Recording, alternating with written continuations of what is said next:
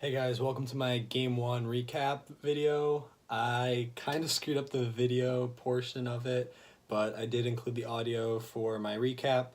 So I hope you guys still enjoy it. Make sure you like, comment, subscribe, and yeah. Okay, so in this video, I'll be breaking down the goods and bads from Game 1 versus the Capitals. So the Canes see themselves down 1-0 in the series. However, there's still plenty of hope looking forward as we saw a great push late in the game by Andrei Svechnikov. To see Svech battle against countrymate Alex Ovechkin and bury home an excellent feed from Wallmark was definitely my highlight of the game. My next positive, I felt the physicality of Ferland was felt early and often, and it was a great piece that the Hurricanes have been missing for a long time, so it was great to see that in a playoff game. I believe he had like 4 hits in the first 5 minutes of the game, so great job with Ferland. He was definitely a positive of the game, as well as Jordan Martinook. Martinook had 2 shots, 6 hits, and was 56% in the faceoff circle. I felt his physicality as well as his offensive forecheck was great as well and was a good positive. Another positive was Peter Mrazek.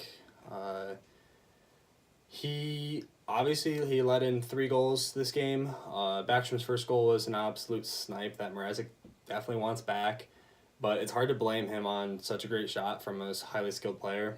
The next 2 goals against were on their power play, and it's hard to blame the goalie on a PK goal against. So their second goal, Backstrom was left wide open in front of the net, and the defender just has to pick him up. I believe it was Falk out there. I'm not sure.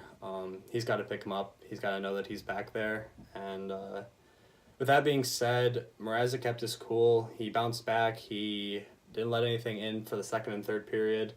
And the stat line shows that he has an 824 save percentage in this game, which obviously isn't good on paper, but that's honestly just due to 2 slip-ups on the PK as well as low shot count. I believe the Hurricanes only let up 17 shots. So that stat doesn't accurately reflect how he played. And speaking of the PK, that leads to the negatives of the game, and that's taking way too many penalties. All the fans and analysts hammered how the Canes got to stay out of the box to survive the Capitals. And with the abundance of offensive power the Capitals have, their power play you can't let them on the ice. Unfortunately, we put the Caps on the power play 4 times and they capitalized twice, and that decided the game. So along with penalties comes poor officiating, and I'm not going to be the guy who, blames the ref for the loss, which I'm not doing, but I felt the refs did a terrible job. And for example, there were several interferences and cross-checks that were missed, and I get it, it's the playoffs, it's physical, but some of those, especially like Aho in the corner on the power play, you can't let that slide. Just along with penalties missed, there was missing icings as well as a whistle on a hand pass that clearly was touched by the Caps defender before Carolina grabbed the puck. So hopefully next game we'll see much better officiating.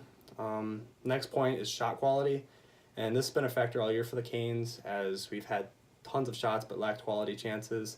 Canes put up 29 shots this game, which is good, but obviously they're facing a Stanley Cup champion and Vezina winner in Holtby that they just have to put together better chances in the offensive zone, making extra pass, and that starts with Aho, Nino, and Williams, that line, who as a unit didn't really play the way that we expect them to play if we want to win this series. They're definitely going to have to pick it up for Game 2 if the Hurricanes want to come out of Washington with a split series. Perhaps Rod will stick with the new lines that ended the game that had Aho, Ferland, and Turbo together, but we'll see probably tomorrow.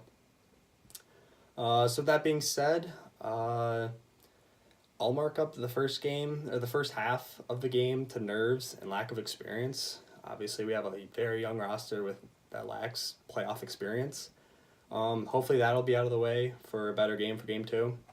And the good news is the Canes are far from out of the series. The Canes showed a majority of even strength play that they can be a force, especially with Svechnikov. Hopefully he can continue to make a name for himself on the national level, on the national stage, as he keeps his play up, which will be a huge piece and is definitely a hidden gem in this series. Definitely looking forward to a big bounce back for the game tomorrow. And thanks for watching this video. Make sure you like and subscribe, and I'll see you guys in the next video.